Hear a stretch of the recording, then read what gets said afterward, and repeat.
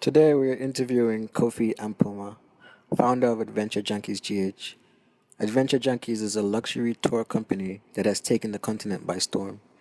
In operation since 2012, they have two goals: to make domestic tourism sexy again and to make tourism within Africa affordable. They currently do about 11 big tours a year across the African continent and within Ghana as well. We sat down with Kofi to find out more about his vision for the African continent.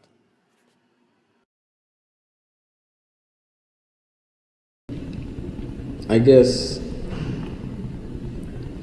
when I met you, I already knew you were doing Adventure Junkies, but I didn't really know your full story. Okay. So I guess if you could give a little background in terms of what you were doing before and how you got started. What I was doing before? Yes, what were you doing before Adventure Junkies? So, before Adventure Junkies, I used to own a delivery company called Speedy Trip Deliveries. Okay. I was delivering food in Tema. So if you're a personal restaurant or your kinky joint or your wachi joint, whatever, you want to order food for lunch, you can call us and then we deliver to you for a small fee. What were you doing before that?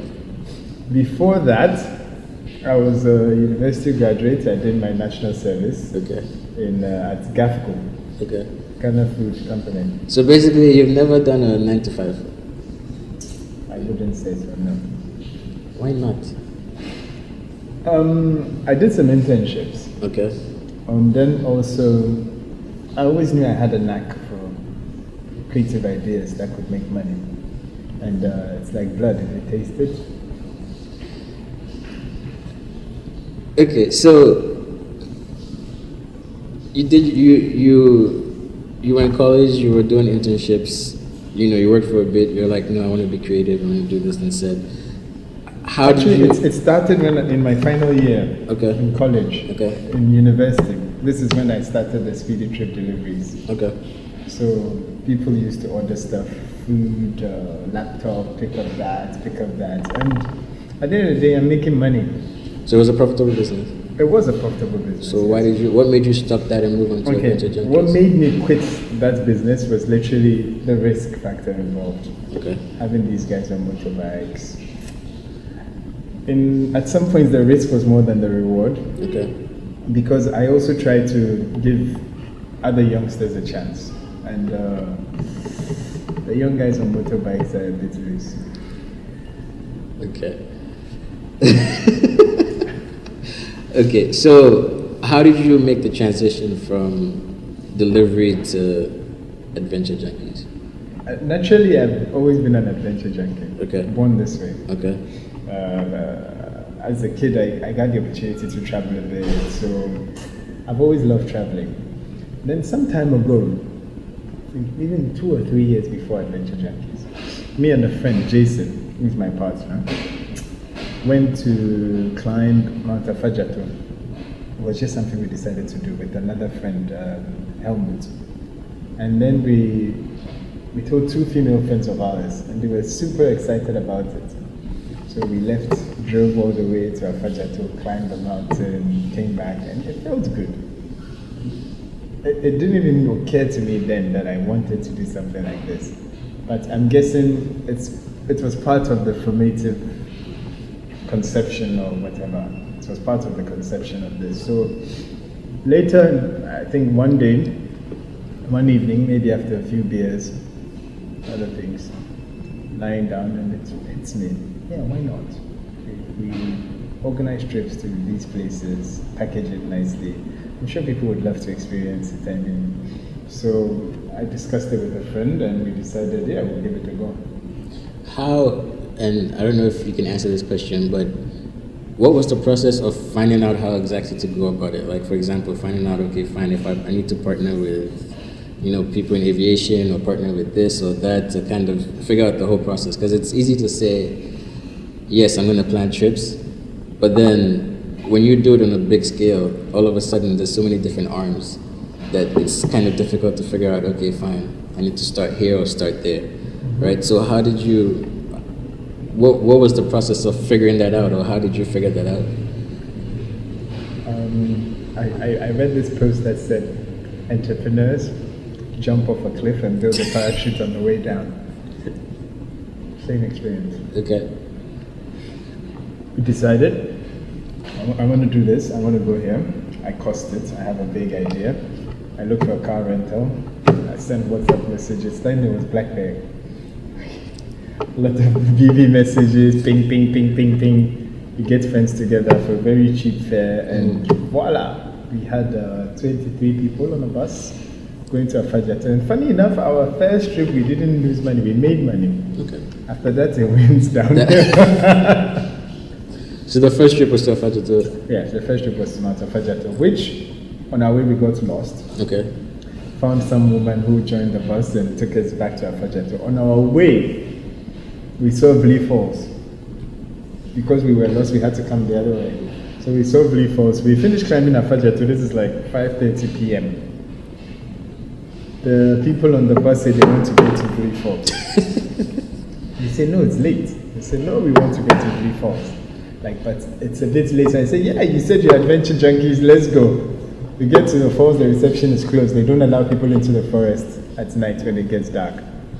These guys walked down that forest, 6:30 p.m. You'd have no idea how pitch black it was. Walked all the way to the waterfall. You couldn't see it, you could just hear it, but we were there, so yeah. Okay. So by default, the next trip was to Blee Falls. Yeah. Okay. I guess coming back to today, how many trips do you do a year about? Minimum standard, we do 11 a year. 11 a year. Once a month, exception of January. Okay. And how long has Adventure Junkies been operating? 5 years now. 5 years? Yeah. Oh, okay, then you're determining year. Yes. Okay. What has the journey been like? I know there's usually ups and downs, but I guess I already know the answer to this question, but if I asked you if you could go back and do it again, would you do it? And I know the answer is going to be yes. You'd be surprised. You wouldn't do it again? If I had to do it again, Yes. I don't know why. Because you said you know the answer is going to be yes, I don't want to You just I always tell people my job is something I would do for free. Yeah. So yeah. I might do it differently. Yeah. What would you do? Okay, what would you do differently? Let's explore that. If I had to do it all again, what would I do differently? With your 5 years of experience now.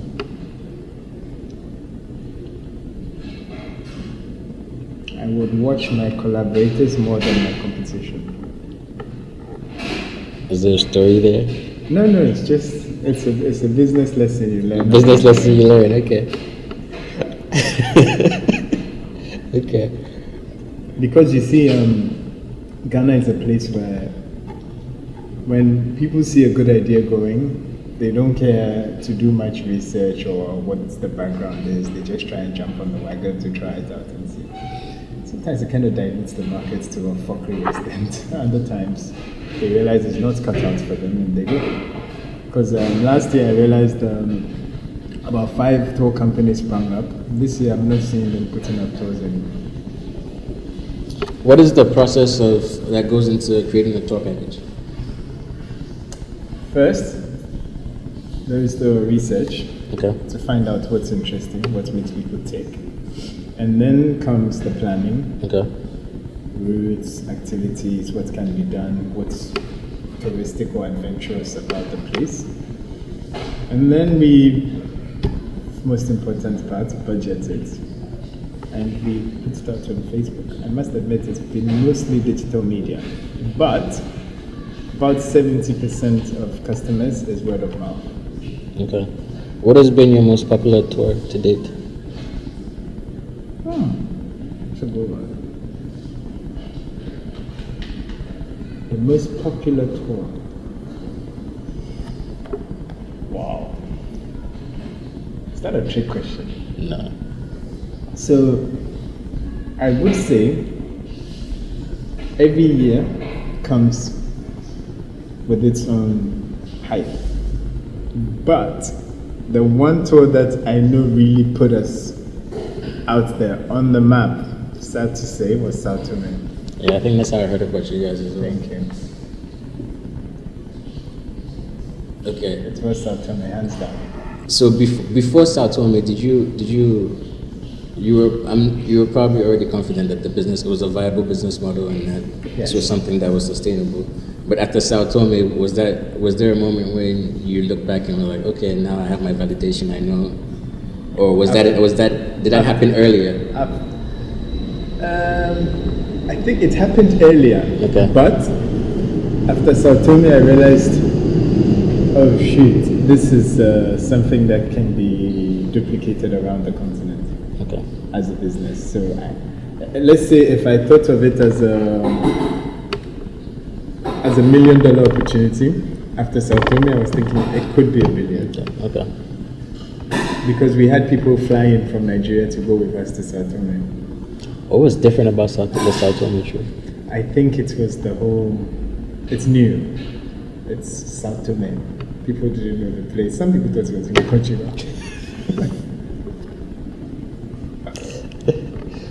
You know, and the water was clear, scuba diving. It's Sao Tome, level.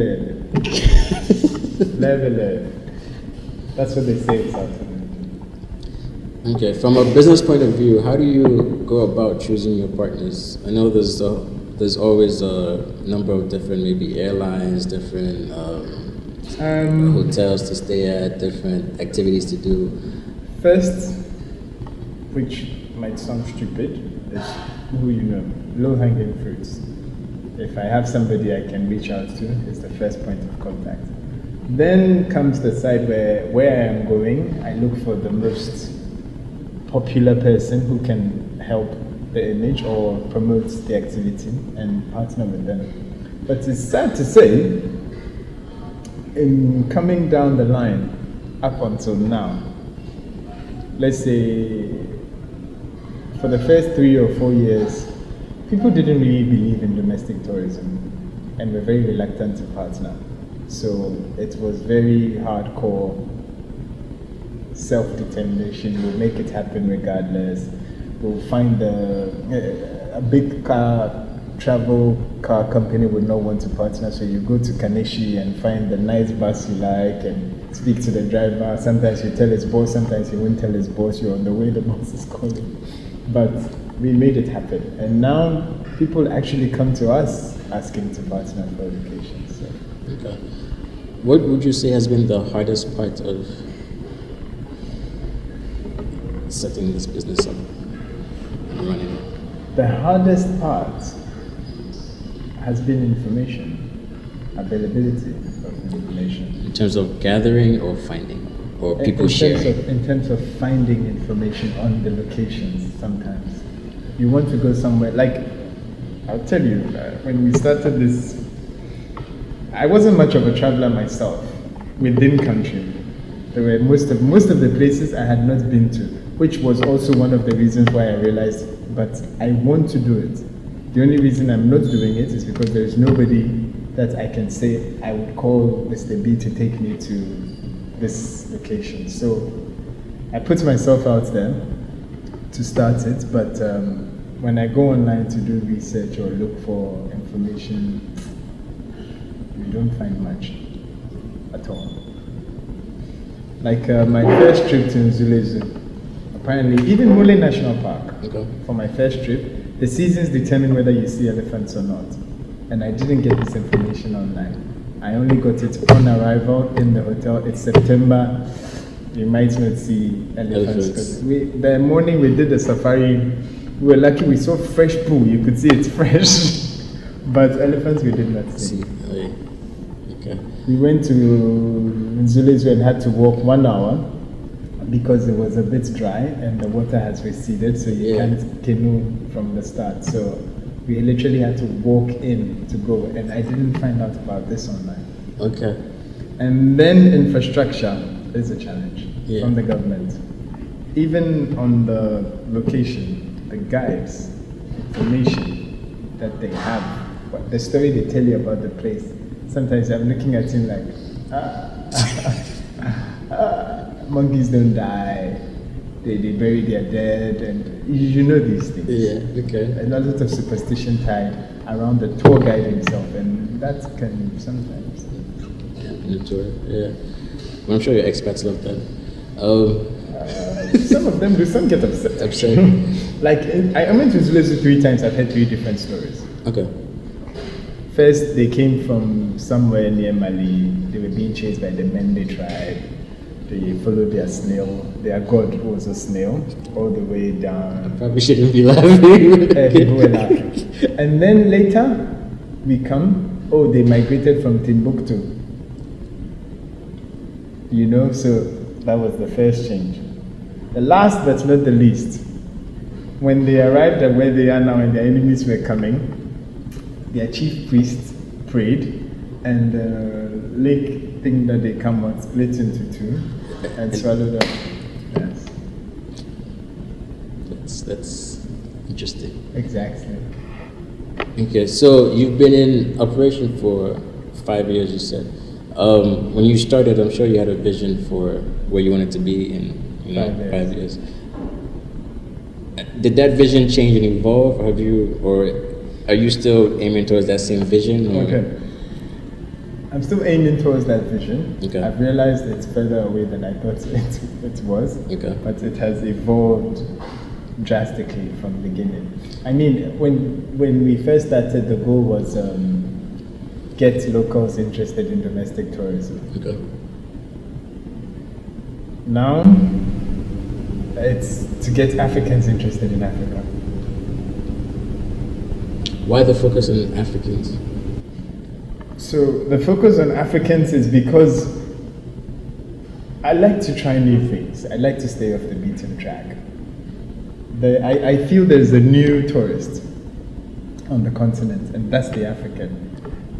The modern day African has some disposable income, would like to experience these things, but everybody wants to go to Europe or Greece or someplace nice. But there are beautiful places in Africa that foreigners come to see, so why not us also take a tour and experience this? And also it shows investment opportunities in other African cities to other people and broadens your scope. I mean, I get that. It's interesting. The reason I'm asking is because from a business standpoint, it would be, okay, fine, you have all these foreigners coming in to see it, so why not target them?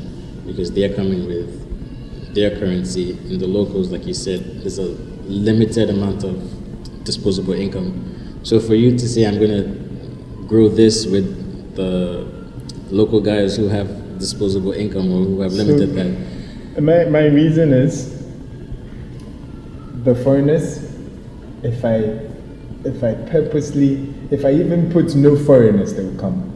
Okay. So you don't need to target them? I don't need to target them. I need to package it well. They will find me regardless. It's my brothers and sisters I want to share this with. I want to show it to them, like, did you know this is possible right here?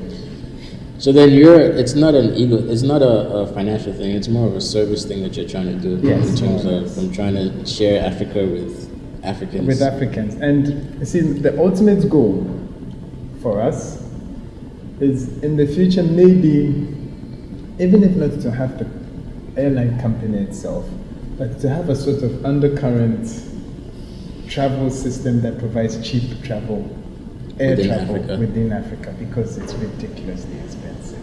And how do I get it cheaper is when Africans are traveling, when there's traffic. So when the average family decides, for a holiday would like to go to Cape Verde, or for a holiday would like to go to Abidjan, it starts to build. People would then invest in this side of the industry, and we get to trade. Okay. I want to pivot a little bit and move more towards mindset and obstacles. So in terms of doing not the usual route of going to school, going to work in a bank, or going to work for a company, right?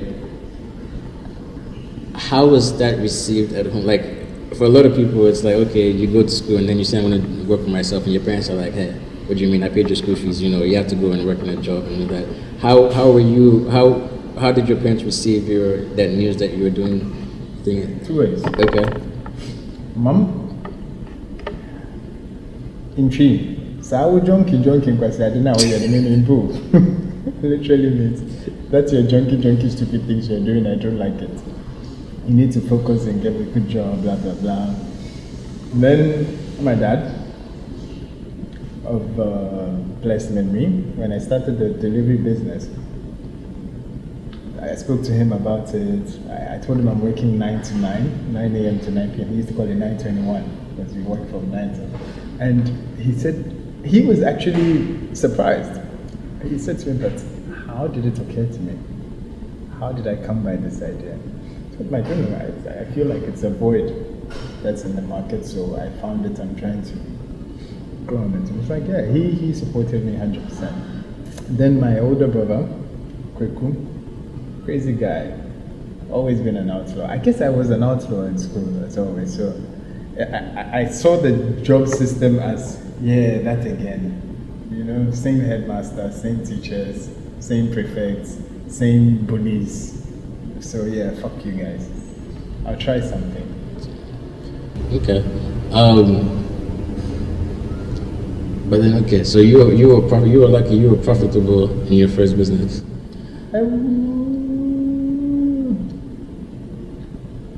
I was making ends meet. Okay. But I wouldn't say profitable like. You were able to pay your bills and. Yes, I was able to pay my bills, and the passion was there. Was there, the yeah, drive was there. I wasn't think, going to. I used to deliver food myself on the bikes. And that's the difference. I think a lot of people, when they try and start businesses, they do it in looking for money. Yes, for me, it wasn't about. It was the drive. For me, the fulfillment was, oh, the day is over. I made 36 cities. To me, I see it as. So I had an idea. I conceived an idea. I put that idea to the world, and I've been paid 30 cities by the end of today. And these guys have made money for themselves. They've all been employed. People are happy. I'm happy. Have you always been this altruistic? I say altruistic for lack of a better word because it seems at each point or each business, it's always trying to help other people or get other people set up or to better themselves. So the first one, it was, okay, fine, I'm helping young guys, make some money. So they're driving the bikes and stuff and making money. Adventure Junkies, it's okay, fine, I want to reduce the prices of travel in Africa. So, let me make it popular by getting some people to travel, and then it'll help all Africa. I don't think that's a mindset that a lot of people have or think about when doing business. It's usually cutthroat. Even for me, my background, because I guess my American training is like, okay, fine, so listen, reduce your costs and increase your profit margins, right? So it's I guess it's nice and refreshing to see. But have you always been that way, or is that something that you developed, or is? It's funny. I would tell you, you just highlighted it to me. I just highlighted it to you. Okay. I never looked at it that way. It's been always, so it's just normal for you. I guess Ubuntu. Okay. It's an African thing. Okay. Interesting. As a spill-off, the business will come. Yeah. That's how I see it. Yeah. Sometimes if you decide to stick too much on the reduce cost, increase profits, then your business collapses, or your module becomes so fucked up, it's easy you're open for an acquisition, or whatever they call it. But for us, it's something of a passion. The drive is there. I'll make it happen. I mean, in the beginning, we go on a tour. People have fun, we do a barbecue, they're drinking, everybody's happy. Charlie, guys, we had an amazing time, it was great. Me and my friend were looking at each other like, 1,800. That's funny. Come home, we laugh about it, say, hey, let's say we had a party next thing, right? Yeah.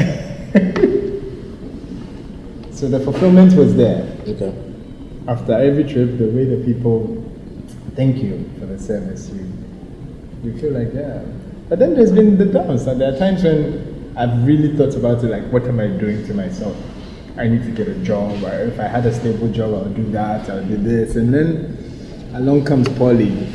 Some deal comes up and the margins are huge. I'm like, yeah, why did I even think of quitting this job? Yeah. So yeah, the ups and downs are there. I won't lie to you. No, they're always there. I mean, the good thing is when you have passion, or like you said, the important thing you said was your job is something that you do for free. I will do it for free. You want to go somewhere? And that's but there's a thing where there's a question. They say if you want to find a business idea, ask yourself what would you do even if you knew it would fail. It will fail, yes. Right, and that is something that you know you'd be passionate about and that you could do. So you found your thing. Because when we in the beginning, it was just these tours. For me, what really confirmed it for me as a solid business was did the first tours. It was okay. Day trips, weekend sleepovers. It was beautiful. Then a friend of mine, Luda, just sent me a message on Facebook once saying, "Oh, there's a Ukrainian TV crew trying to shoot some kind of news story in Ghana, and she passed my contacts on to them." Like, I have no problem. They message me, I message them back. They tell me what they want to do. They want me as a fixer / local producer. I didn't know what the hell it was. I jump on the wagon, I go and see the ministry of that, get the letters, put everything together, pick them up from the airport, take them to the hotel room. They give me a bottle of some nice vodka with pepper inside it from Ukraine. And then they paid me cold currency, dollars, cash. So me and my colleague Jason, we left them in the hotel. We went home and I'm like, shit, it's real. You know? Yeah. So for 5 days job, we had literally cleared most of the losses for the year. Okay. And then I got to go as far as Gambaga Witch Camp. Met these old women who had been accused of witchcraft and stuck in a village somewhere. And I'm like, wow, I'm here today, you know? Adventure Junkies. Yeah. How have your colleagues? Are you able to have conversations about your work or what I'm trying to ask? Okay. In terms of mindset, right? You need to have a certain mindset to be able to do the things you do or to be an entrepreneur, right? Now, have you and your colleagues or your friends growing up been seen eye to eye? Have they been able to understand the things you talk about or the visions and things you talk about, or how has that been in terms of finding partners or people who share the vision or who understand your work or understand, you know? That's hard. People fall off along the line. Okay. Especially when, how do I put it? A vision is not a business or mathematical formula that you can easily transport into somebody's head and can be reproduced, you know? Yeah. So yes, you are bound to meet those things. Sometimes you have to cut and make room for accommodation. Sometimes I've been known to be a semi-autocrat who just pushes my ideas and not the other person's idea. But I think what it is how do I put this? When somebody sees a vision, he sees it. Where he wants to go, the other person might not see. So it all boils down to, I guess it's good planning and discussion. You need to plan, you need to discuss, and then action. If you put action into it, if it's just a thought, like I can describe to you how best I can make a paper plane, sketch it down. If I don't, once I start folding, you might see and say, oh, you can do that here, do that there, and it works. So yes, it's a very difficult task explaining a vision to the next person to jump on. Even sometimes you explain, the person will get the basics side of it, sound interesting and jump on, but then on the next level, then it's like, because they didn't picture how much work it was, or okay. How big is your team now? Now we are 4 people. Okay. Like on hand, and then across the country we have 5 others who, when you travel, they pick you up on ground. So they're guides in different places who do the tours. Okay. I know we're getting to that time. If you had a message for what time? Oh, to wrap up. Oh, I don't want to take too much of your time. Or you want to continue? I know, I'm enjoying it. We can keep going if you want. We can keep going. Okay. No. So for people who are who want to start a business, right? What 3 things would you tell them, or what advice would you give them at this point in time? So today, I say, okay, I want to start a business. I've seen him. I see what he's doing. I'm inspired, and I also want to provide a service for my people. What advice would you give them? What are 3 things you would tell them after your 5 years of?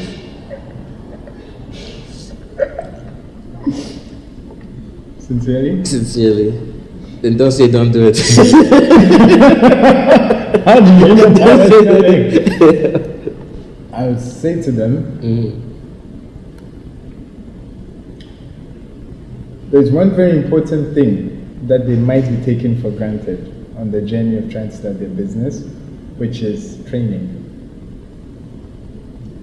You either train and prepare to run the business, or you pay for it running the business. Okay. And I think that's more expensive. I have felt it. So yeah, make sure you're prepared for the journey. But Be a subordinate somewhere. See how it is. Feel it. Yes, but 2 things. Can you ever be prepared? You can't, because you never know what's going to come your way. And the second thing is, what if it's in something that doesn't exist already? Exactly. Well, I always say, I think it's very intuitive. It's very intuitive. There's some people who, when they feel it, like I'm saying, they know it. Deep down, it's boiling, it's there. Those ones, I can't hold them back. I'll tell them, bro, jump, let's go, get it done. But if you're having second thoughts about it, if you feel you're not cut out for it, don't hurt yourself. That's my advice. Normally, if not for this, normally I'll tell you, fuck off and stay in school. But I think it all comes down to the passion. It depends on how strong you feel it. If you know it's there, if you know you would give your all to go in there. If you would sell your last pair of shoes for your business and walk barefooted, then go for it. If you're not ready to sacrifice for your business, then get a job and start small.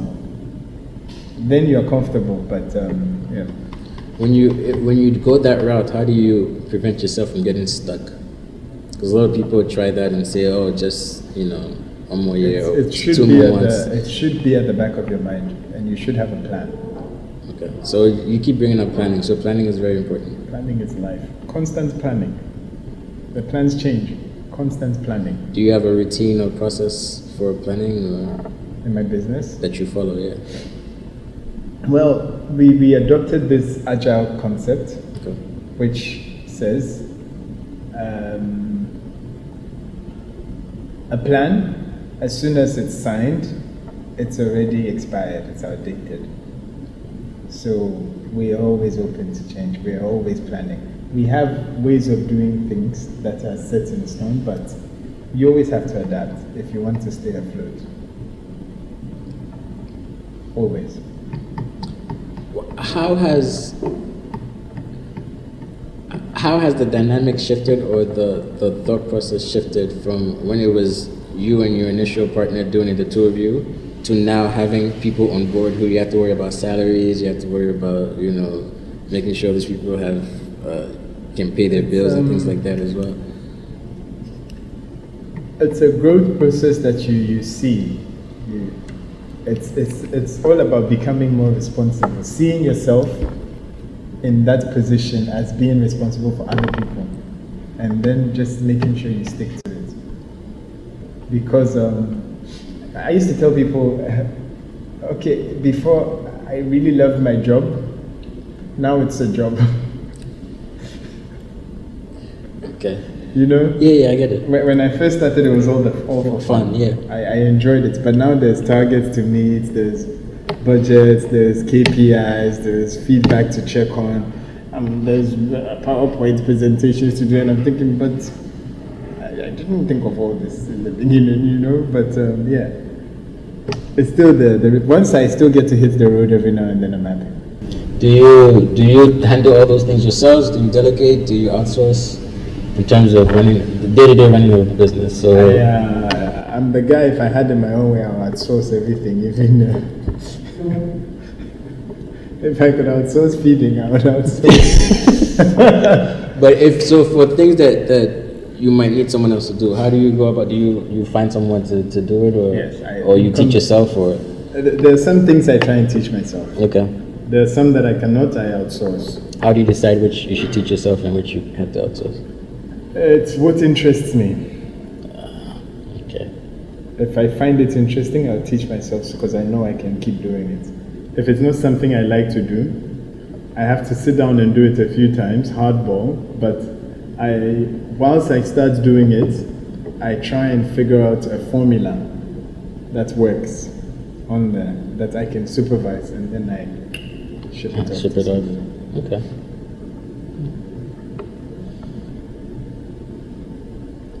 I'm not an iron-fisted guy, but You've been in business for 5 years. I don't know if I believe that. So what is your next upcoming trip?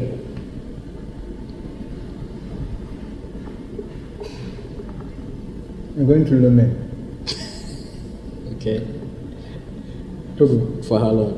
2 days. It's a 2 day 3 trip. days. 3 day nights. trip. Okay. And then after that, we're going up north to Mole National Park. When would that trip be available?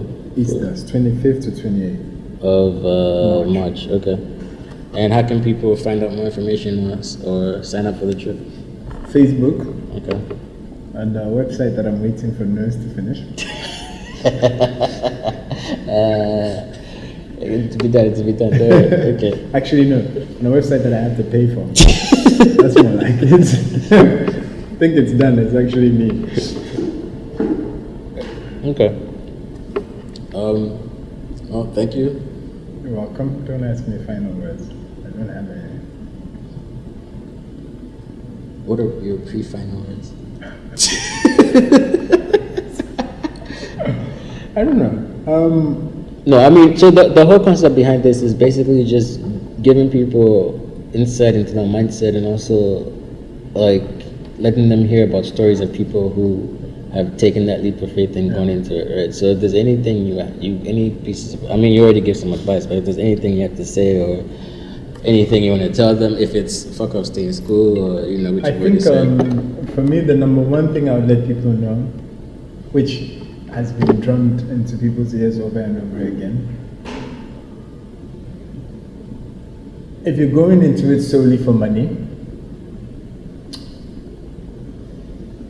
you might find the beginning not so lucrative, or you might never actually find an end in it if you're going in solely for money, because there can be never enough. But then if you're going in it because you found an emptiness or a void you want to fill in society or for yourself, then it's worth going in there. Because I'll be sincere with you, sometimes I feel proud to say, yeah, I put domestic tourism there, Now another company can easily put out a trip on Facebook saying, I'm doing a trip, blah, blah, blah, and people would relate to it or can relate because they've seen Adventure Junkies do it. So for me, that's a sweet joy. Okay. Thank you. You're welcome. You don't have a handshake, you do? No. Live from Periscope, and we have one viewer all this time.